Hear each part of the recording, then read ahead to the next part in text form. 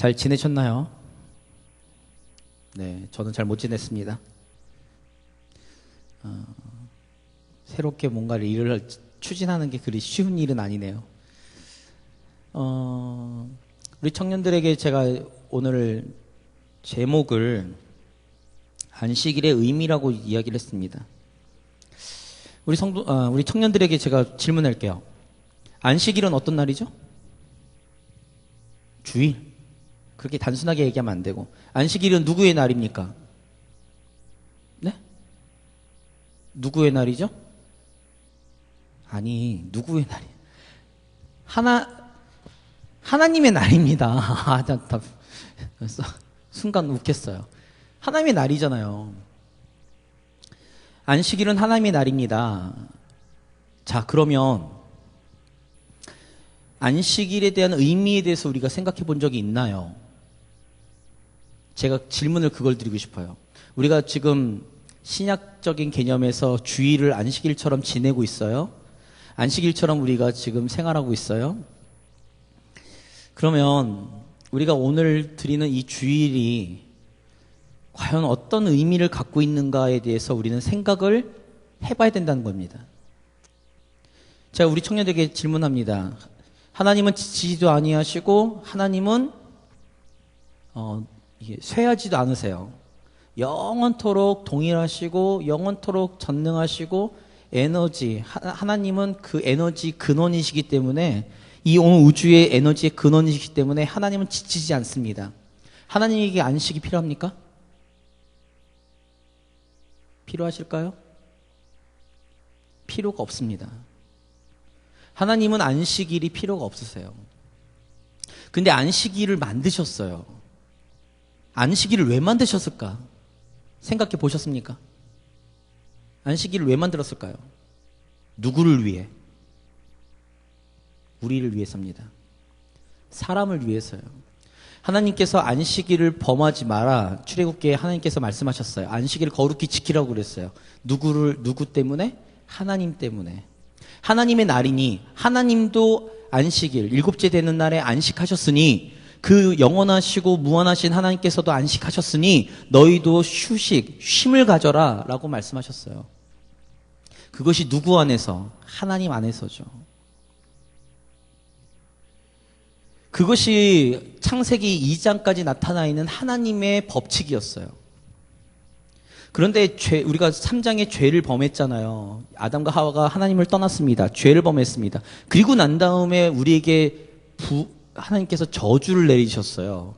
그 저주가 뭐죠? 우리는 일을 해야 먹을 수 있어요, 이제. 안 그래?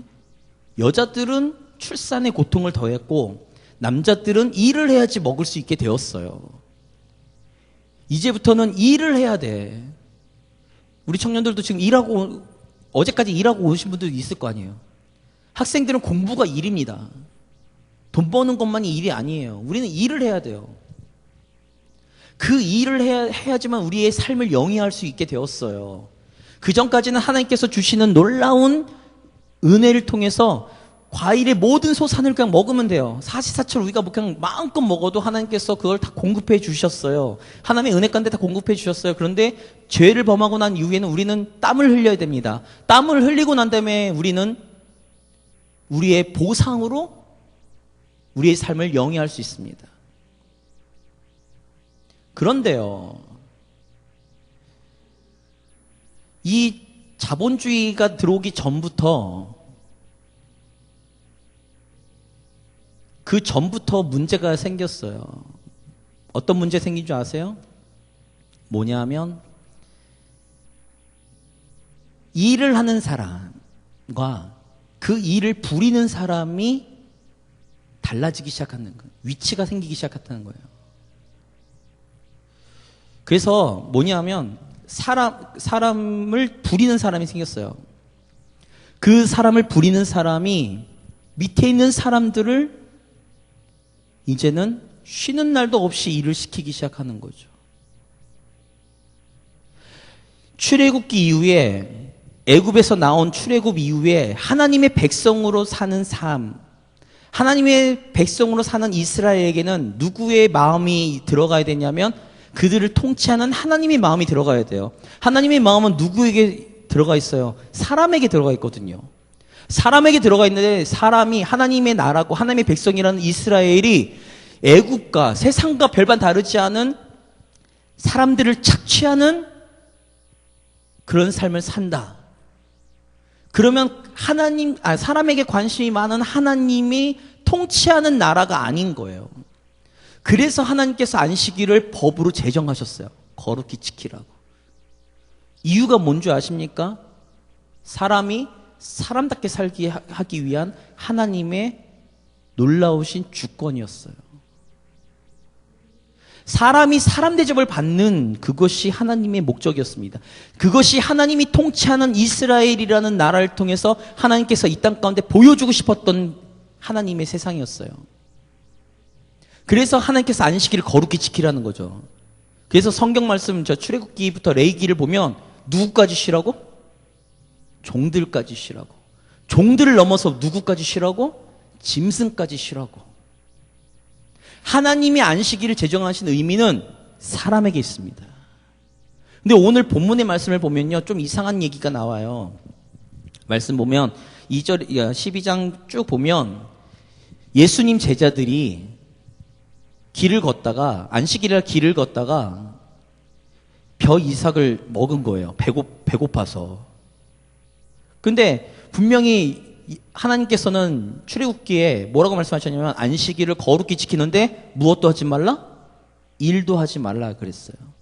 그러니까 이삭을 베어 먹는 것이 일이라고 생각하는 거야. 바리새인과 서기관들이. 그러니까 하나님의 율법적인 눈으로 봤을 때, 하나님의 율법으로 봤을 때는 제자들이 율법을 어긴 거죠.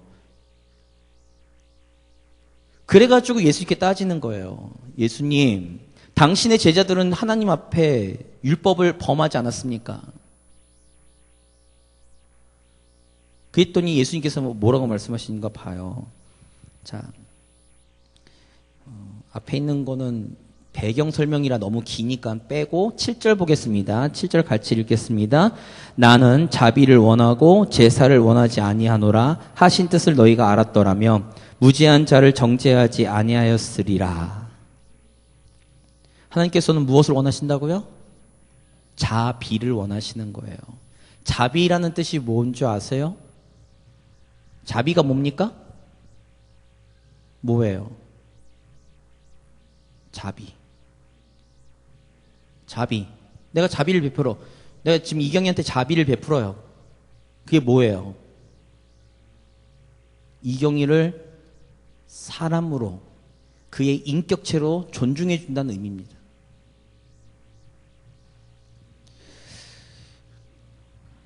그래서 예수님께 8절에 이래요. 인자는 안식일의 주인이니라. 이 얘기를 왜 하냐? 하나님 자신이라는 거예요. 하나님, 이 안식일의 주인은 하나님이신데 이 하나님이 곧 나야. 예수님 자신이야. 그러니까 이 해석이 맞다라는 거예요. 예수님이 지금 말씀 가르치시는 게 맞다는 거죠. 이 바리새인과 서기관들은 하나님의 말씀 가운데 어떤 접근을 갖는가? 문자적인 접근을 가져요. 그래서 이렇게 얘기하는 거예요. 이 다음 9절부터 나오는 얘기를 보십시다. 9절 보면 9절과 10절을 보면 한 손 마른 사람이 나타나요. 한쪽 손이 말랐어요.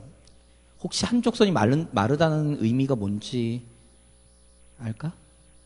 오늘날 우리말로 하면요, 소아마비 같은 거예요. 한쪽 팔을 못 쓰는 거야, 말라서. 그 사람이 나타났어. 그리고는 이 사람들이 예수님을 고발하려고, 종교적인 율법적인 걸로 고발하려고 이렇게 하는 거예요. 이 사람을 치료하는 게 맞습니까? 이 사람의 병을 고치는 게 맞습니까? 라고 묻는 거예요. 여러분들 생각 어떻습니까? 고치는 게 맞습니까? 병을 고치는 것도 일인데요. 율법적으로 하나님께서 일하지 말라라고 얘기하셨는데 안식일에는 일하지 마. 니네 먹을 것, 니네가 원하는 것들을 하지 마라고 말씀하신 것처럼 문자적으로 기록을 하고 있는데 우리 청년들은 어때요? 예전에 한국 교회에 이런 이런 관습이 있었어요. 뭐냐면 이 안식일을 거룩히 지키는 거. 그래서 일하지 마 이래가지고 어떤 운동이 있었냐면 음식 사 먹지 않기 이거였어요. 음식 사 먹지 않기. 그리고 대중교통 이용하지 않기. 70년대인가? 나중생 그런가요? 70년대인가 그런 운동이 있었어요. 그게 처음에 의미가 뭔지 아세요? 소비가 있으면 공급이 생기니까 기독교인들이 음식점에 음식을 안 사 먹으면 음식점이 일을 할까요? 안 해요. 그러니까 자연스럽게 문이 닫혀질 거라는 거죠. 그러면 그 사람들이 하나님 앞에 올 수 있다라는 가능성 때문에 그 운동을 펼쳤어요. 근데 어느 날, 어느 순간 그것이 한 10년쯤 지나면서는 그것이 고질화돼서 이렇게 주일날 음식점 가서 음식 사 먹으면 죄인 취급해버렸다고요. 원래의 의도와는 상관없이 변질되었어요. 그것대로 안 한다고, 행동을 안 한다고.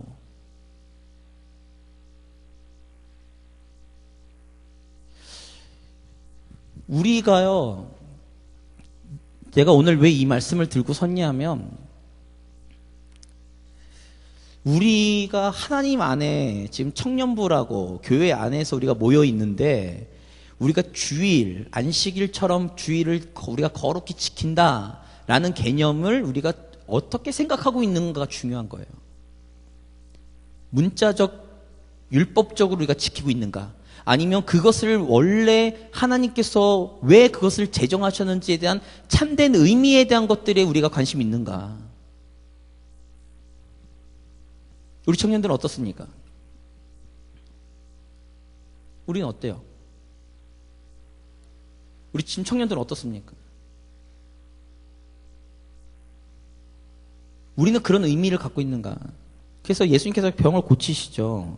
고치시고 이런 말씀을 하십니다. 11절, 12절 같이 보겠습니다. 같이 읽습니다. 예수께서 이르시되 너희 중에 어떤 사람이 양 한 마리가 있어 안식일에 구덩이에 빠졌으면 끌어내지 않겠느냐? 사람이 양보다 얼마나 더 귀하냐? 그러므로 안식일에 선을 행하는 것이 옳으니라 하시고. 되게 재밌는 모습이 나오죠. 재밌는 모습이 뭐죠? 양이 구덩이에 빠졌어요. 그러면 양을 구하는 거는 당연해. 근데 사람이 위험한 일에 처했으면 그 사람을 못 보고 안 보고 지나치는 것이 맞다고 생각하는 거예요. 이유가 뭡니까? 한나 씨. 뭐라고요? 일하는 거라고? 양을 구하는 것도 일이잖아. 여기에는 감춰진 게 있어요. 뭔지 아십니까? 나의 유익입니다. 양은 뭐죠? 내 재산이에요. 양을 구하는 건 맞습니다. 그런데 사람을 구하는 거는 나의 이해관계와는 상관이 없는 거예요. 무슨 말인지 알겠어요? 예수님께서 이런 비유를 하십니다. 어느 지방이지? 여리고죠. 여리고로 내려가는 한 사람이 강도를 만나요. 그래서 죽게 되었어요. 그랬더니 제사장이 지나가면서 봐요. 그리고는 지나갑니다. 그 다음에는 레위 사람이 가다가 봐요. 지나가요. 지나간다고. 이 사람들은 율법을 어겼나? 안 어겼어요. 이유가 뭔지 아세요? 그들은 이웃이란 개념을 한정적으로 생각했거든요. 나와 연관이 있는 사람이 이웃이에요. 예수님의 방식, 하나님의 관점은 이웃은 내가 만나는 사람을 넘어서 나의 도움을 필요로 하는 사람이라고 예수님께서는 가르치셨어요. 그래서 마태복음 5장에 이런 얘기를 해요. 예수님께서 어떤 사람이 뭐죠? 오리를 가자고 하면 10리를 더 가주는 거예요. 어떤 사람이 겉옷을 달라고 하면 속옷까지 줘라. 이런 얘기를 하시는 거죠. 이유가 뭐죠? 그 사람을 위해서. 내 유익이 아닌 거예요. 사람은요, 죄를 범하고 난 이후부터는 우리가 가지고 있는 모든 어떤 결정을 하는 거에 있어서 결정의 동기가 뭐냐 했을 때 나의 유익입니다. 우리 청년들. 그거를 단지 교회 생활 오래 하면 뭐라고 포장하는 줄 아세요? 하나님의 영광을 위해, 하나님의 뜻을 따라, 하나님을 위해서 라는 걸로 포장을 해요. 근데 그 일을 하고 안 하고는 정작 중요한 거는 나의 유익입니다. 우리가 이것을 분별할 수 있어야 돼요. 만약에 내가 지금 우리 청년들에게 지금 좀 심각하게 얘기하는 거예요. 우리 청년들과 앞에 쓴 내가 우리의 시선이요, 예수님이 가르치셨던 이 시선을 놓쳐버리면요, 우리 청년부에는 희망이 없어요. 왜냐하면 우리 청년부에 오면요, 사람들이요, 상처받고 나가요. 근데 우리가 이것을 회복하면 우리 모습을 통해, 우리 공동체를 통해 누구를 경험할 수 있냐면 하나님을 간접적으로 경험할 수 있다고요. 이스라엘에게 하나님께서 왜 율법을, 십계명을 주시면서 이대로 살아라고 말씀하셨냐면 그 주변에 있는 하나님을 믿지 않는 나라와 사람들에게 하나님의 백성답게 사는 것이 무엇인지, 하나님의 백성답게 살면 어떤 모습이 될 건지를 보여주는 하나의 시범 모델이었다고요. 우리 보러 하나님께서 왜 너희는 세상의 빛과 소금이 되라고 말씀하시는 줄 아십니까? 하나님의 백성, 하나님의 자녀답게 살면 우리의 모습을 통해 하나님께서 시범적으로 우리를 통해서 하나님의 일하심과 하나님의 그 사랑과 하나님의 복음을 증거하시기 위해서 우리에게 그것을 요구하시는 거라고요. 우리가 이것을 회복해야 됩니다. 우리 청년들은 지금 관심이 어디 있어요? 영혼에게 있습니까? 사람에게 있습니까? 아니면 지금 바리새인들과 서기관들처럼 종교적 예식과 종교적인 의식과 종교적인 형식에만 지금 매여 있습니까? 나와 우리 청년들은 지금 어떤 시선을 갖고 있냐는 거예요. 우리의 유익을 위해서 우리가 생활하는 사람들처럼 세상 사람들과 별반 다르지 않게 우리의 유익을 위해서 지금 하고 있는 거 아니냐는 거지. 청년부에 지금 헌신하고 있는 것도 과연 나의 유익을 위해서 하고 있는 건 아닌지 돌아보셔야 됩니다. 미안하지만 나의 유익을 위해서 하는 사람들이 하는 모임, 하는 일들은요, 냄새가 나요. 어떤 냄새가 나는 줄 아세요? 사람 냄새가 납니다. 내 이런 얘기해서 미안하지만 그 냄새는요, 역해요. 도저히 맡아줄 수가 없습니다. 그런데요, 재밌는 게 있어요. 그 냄새를 풍기고 있는 나는 모른다는 거예요.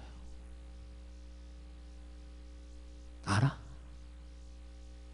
내 땀 냄새는 내가 잘 몰라.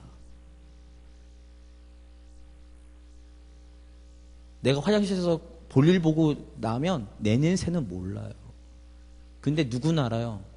외부에서 들어온 사람은 알아요. 다른 사람은 알아요. 그게 얼마나 역한 건지. 우리가 못 맡고 있을 수 있다고. 우리 스스로가 지금 그 냄새가 지금 풀풀 나고 있는데도 우리가 우리 스스로 모르고 있을 수 있다고요. 우리의 시선과 우리의 가치관에 우리의 유익을 좀 제거합시다. 그리고 누구의 유익을 구하냐? 하나님의 마음을 품고서 하나님이 관심 있는 사람에게 우리가 하자고요. 여긴 지금 나라씨 지금 그거 하고 계시죠? 지금 빌립하고 계시죠? 빌립에서의 가장 큰 핵심이 뭐예요? 전도의 가장 큰 포커스가 뭐예요? 영혼이 있잖아요. 바라보는 영혼에게 우리가 어떻게 갈 것인가, 우리가 어떻게 행동할 것인가가 우리가 그것이 좋은 것을 주기 위한 복음의 도구로 전도를 하는 것 뿐이에요. 근데 우리는 전도를 하는 목적이 뭐예요? 예를 들어서 만약에 내가 축복받기 위해서 하나님 앞에 내가 헌신했기 때문에 그 헌신을 통해서 하나님께 나에게 주시기 위해 나에게 축복하시는 것을 내가 바라보면서 한다면 전도를 당하는 사람은 얼마나 역하겠냐고. 안 그래요? 우리가 그리스도인이라고 하면서 우리가 그리스도인, 하나님의 사랑과 하나님의 예수 그리스도의 그 놀라우신 희생 가운데 우리가 주의 자녀가 된 특권을 얻었다는 것에서만 멈춰버리면 우리의 모습을 통해서 얼마나 이 교회와 우리 공동체, 우리의 삶이 얼마나 냄새가 나겠냐고. 하나님의 냄새가 나야 되는데. 바울은 그래서 얘기합니다. 그리스도의 향기. 우리는 그리스도의 향기를 내야 된다는 거예요. 그래서 바울은 이야기하죠. 갈라디아서요. 갈라디아 2장 20절. 뭐죠? 내가 그리스도와 함께 십자가에 못 박혔나니 이제는 내가 사는 것이 아니요 내 안에 그리스도께서 사신 것이라.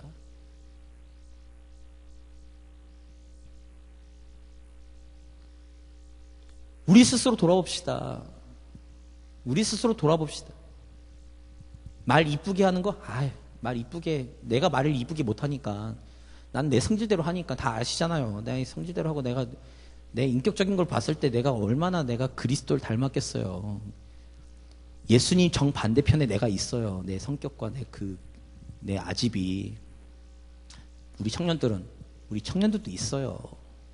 그것이 단지 나는 겉으로 드러나는 것 뿐이고 우리 청년들은 속에 내재하고 있는 것 뿐입니다. 내가 단지 표현을 안 할 뿐이죠. 다 갖고 계십니다. 말 이쁘게 한다고 사람들이 감동받지 않습니다. 말 이쁘게 하는데 그 내면에 자기의 유익을 위해서 쉽게 얘기해서 립서비스 하는 사람들은 다 알잖아. 이제 10대 때 중고등학교 때만 몰라요. 대학교 가고 사회생활 조금 해보면 이 사람이 지금 나를 이용해 먹으려고 하는 건지 안 하는 건지를 알아요. 이 사람이 지금 나한테 립서비스해서 자신의 유익을 구하는지 안 구하는지를 알아요. 여러분들도 아는데 다른 사람은 모를까? 여기 채울 생각하지 마십시오. 내가 학생부 때도 항상 강조했지만 여기 채울 생각하지 마십시오. 여기는 누가 채우는 거냐면 하나님이 채우십니다. 하나님이 채우시기 위해서는 우리가 그릇이 돼야 돼요. 우리가 그릇이 무엇이 돼야 되는 줄 아세요? 하나님의 시선과 하나님의 마음이 필요합니다. 왜? 우리를 통해, 우리 공동체를 통해 하나님이 나타나셔야죠. 아닙니까? 그러면 우리는 여기 모일 필요가 없습니다. 밖에 나가서 사교 모임을 가지면 되죠. 왜 우리가 이 자리에 모여 있습니까? 이 시간, 이 좋은 시간에. 하나님을 나타내기 위해, 하나님, 그리스도를 나타내기 위해 우리는 이 자리에 함께 모여 있는 거예요. 교회 안에. 적어도 교회 안에서는 하나님이 통치하시는 곳이니까, 하나님의 임재가 있는 곳이니까, 우리 스스로가 하나님의 종된 그리스도인으로서 살고자 결단한 사람들이니까, 그러면 적어도 하나님의 마음이 있는 곳에 우리의 마음이 있고 하나님의 시선이 있는 곳에 우리의 시선이 있는 모습은 보여줘야지 되지 않을까. 그래서 우리의 모습을 통해, 우리 공동체를 통해, 우리 청년부를 통해 하나님의 사랑을 조금이라도 느낄 수만 있다면, 하나님의 마음을 조금이라도 느낄 수 있다면, 오늘 내가 유치부 때 설교했지만 수고하고 무거운 짐진 자들아 다 내게 이르라 내가 너희를 쉬게 하리라 말씀하셨던 예수님의 그 모습이, 하나님의 그 쉼터가 우리 일신교회 청년부가 되어야 된다는 것을 나는 강조하고 싶습니다. 그러기 위해서는 우리의 시선이 좀 바뀌어야 돼요. 우리의 유익을 내려놔야 돼요.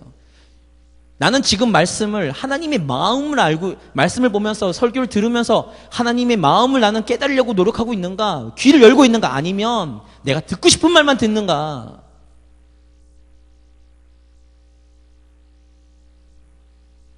사람과 대화해 보면요, 이런 사람이 있어요. 상대편이 무슨 말을 하려는지를 저 사람이 과연 무슨 말을 할까? 저 사람이 무엇을 이해하고서 뭘 얘기하는가를 귀 기울여 듣는 사람이 있는가 반면, 그 사람이 이야기하는 것 중에 이거는 아니야, 이건 아니야, 이거는 맞아, 그래, 요거 좋아, 딱 집어가지고 얘기를 듣는 사람이 있습니다. 우리는 주의 말씀을 어떻게 듣고 있습니까? 주님의 마음을 알려고 우리는 지금 주의 말씀을 듣고 설교를 듣고 성경을 쳐다보고 계십니까? 아니면 이 가운데 내가 듣고 싶은 말을 듣고 내가 읽고 싶은 것을 읽고 내 마음에 합한 것이 무엇인지를 찾고 있는 거 아닌가? 특별히 공부 많이 하신 분들, 대학교 학부, 석사, 박사 과정 가신 분들 죄송하지만 성경을요, 공부 많이 하시고 똑똑하신 분들 성경을 자신들의 논문처럼 인용해 갖다 쓰지 마십시오. 하나님의 말씀 가운데 하나님의 마음을 깨달으십시오. 나는 우리 교회 청년부가 그랬으면 좋겠습니다. 우리 교회 청년뿐만이 아니라 우리 교회가 그랬으면 좋겠어요. 사람에게, 영혼에게 전혀 관심이 없고 우리가 어떻게 하면 몸집을 불릴까? 어떻게 하면 우리가 잘된 것을 보여줄까? 사람들의 시선 가운데 우리는 어떻게 하면 도대체 잘 나가고 있는 모습을 보일까? 그런 거에 내려놓고 우리는 어떻게 하면 주님의 마음을 깨닫고 주님의 마음으로 우리는 살까? 이것을 고민합시다. 그러면 여러분들의 삶과 내 삶 가운데 하나님이 역사하실 것을 난 믿습니다. 여기 채우는 거 하나님이 채우십니다. 다 필요 없어요. 아무리 많이 채워져 있어도 여기 꽉꽉 찼어도 여기에 사람 냄새가 나기 시작하고 그 사람 냄새가 점점 역한 냄새를 내기 시작하면요, 여기 있는 사람들 다 나갑니다. 나는 솔직하게 말씀드리고 싶은 거는 우리 일신교회 청년부는 오직 하나님의 향기, 그리스도의 냄새만 나타나기를 간절히 바랍니다. 거기에 우리가 목숨 겁시다. 거기에 우리의 모든 청춘과 우리의 젊음을 불태워 봅시다. 하나님께서 역사하시는지 안 하시는지 보자고요. 나는 하나님이 살아계시기 때문에 내가 단지 하나님이 사용하실 수 있는 그릇이 안 됐을 뿐이지, 하나님이 사용하시고자 하신다면, 나를 들어 사용하신다면 하나님께서는 내가 상상치도 못한 일들을 행하실 거라고 믿습니다. 그것이 오늘 내가 저녁 예배 때 하고 싶은 설교예요. 예고편입니다. 설교 들으러 오시고요. 찬양하겠습니다.